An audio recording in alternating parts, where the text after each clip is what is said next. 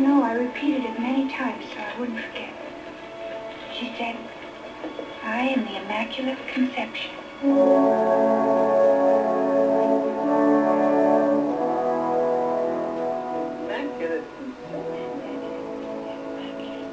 Immaculate Conception. Do you know what it means? I am the Immaculate Conception. Don't be afraid, my child. I sent for you to help you, not to scold you. Well? No, Your Reverence. I do not know what it means. Do you know the meaning of the word immaculate? Yes, I know that. An immaculate thing is clean. Good. And conception? Well, we'll leave that for the moment. Do you know what we mean when we speak of the original sin? Yes. The original sin was committed by Adam and Eve when they did not remain faithful to God, but broke his command. Father Pomian taught you that, didn't he? Now think hard. Didn't he also speak of the Immaculate Conception? No, Father, I never mentioned that dogma. It doesn't belong to the pedagogic material of the elementary class. Perhaps Sister Bosu discussed it. I'm sure she didn't. You must have heard the expression somewhere. I'll try to remember.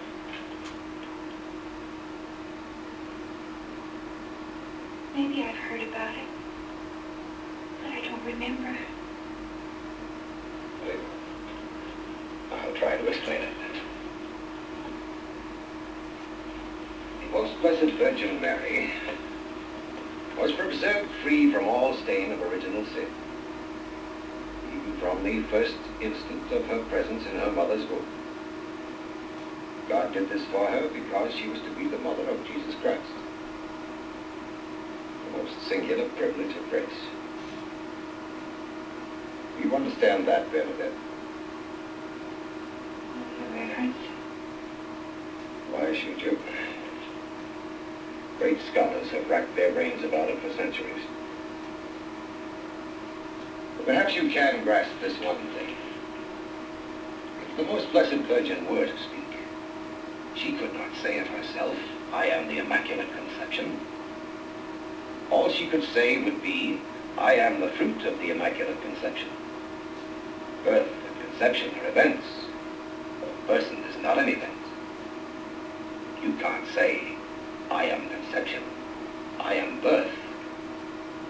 Consequently, your lady is guilty of an inexcusable blunder. You must admit that.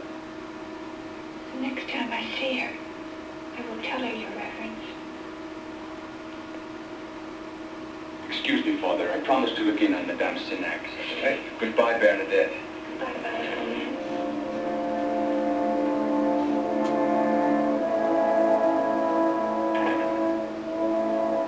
What am I to do with you, Bernadette?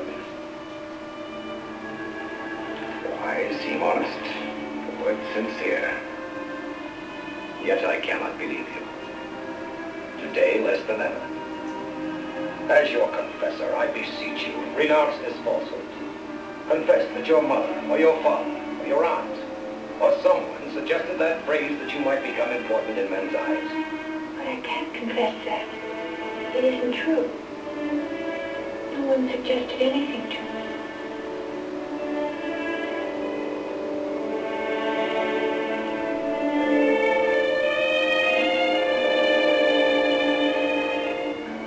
Have you ever thought about your life? What your future would be like? Like the future of all the girls hereabout. After First Communion, girls may indulge in proper pleasures. They go to dances, to festivals, meet young men. And after a time, to please God, they marry and have children. Wouldn't you like to be such a girl? Oh, yes. I'd like to go to dances. Have a husband someday. Then wake up! Now! Otherwise, life is at an end for you. You are playing with fire, Bernadette.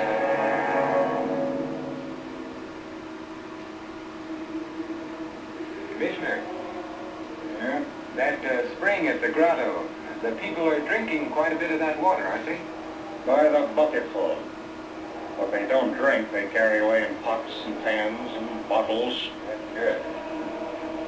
Well, they're still at it. You thought it was bad before. You ought to take a look at it now. Sick, lame, canes, crutches. Some of them even look like lepers. Listen to this, Commissioner. December 22nd, 1789.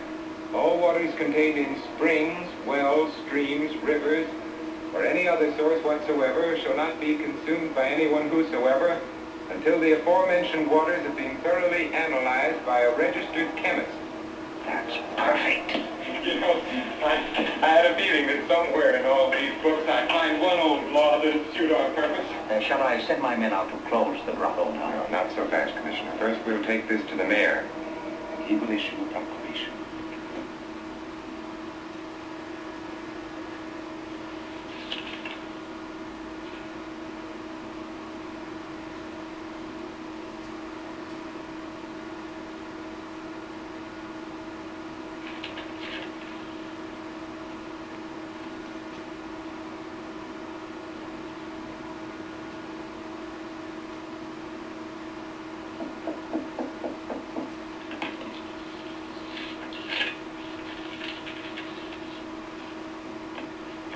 Come in. Come in, gentlemen. Thank you. I have good news, Monsieur le Maire. The Holocaust will spread no more. I have found a way to stop it. Our troubles are over. And ironically enough, it's the waters of Massabielle that will quench this fire. It's an old law, 1789. Look there, read it. The interest of public health. Of course, for such an important analysis, we'll have to have the opinions of many chemists. And that might take months and months and months.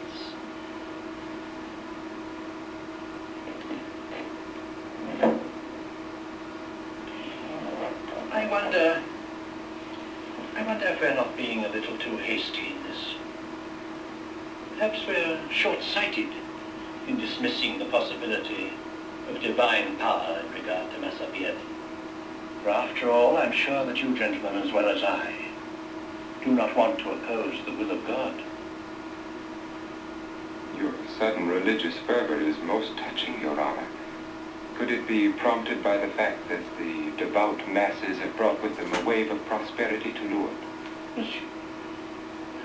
But now that you mention it, we shouldn't overlook that either. Our hotels are filled, our cafes are crowded, and our shopkeepers have never known such business. And the railroad is sure to take advantage of this influx of visitors to Lourdes and extend its line here to Lourdes. Yes, and in that case we shall need more hotels. But aside...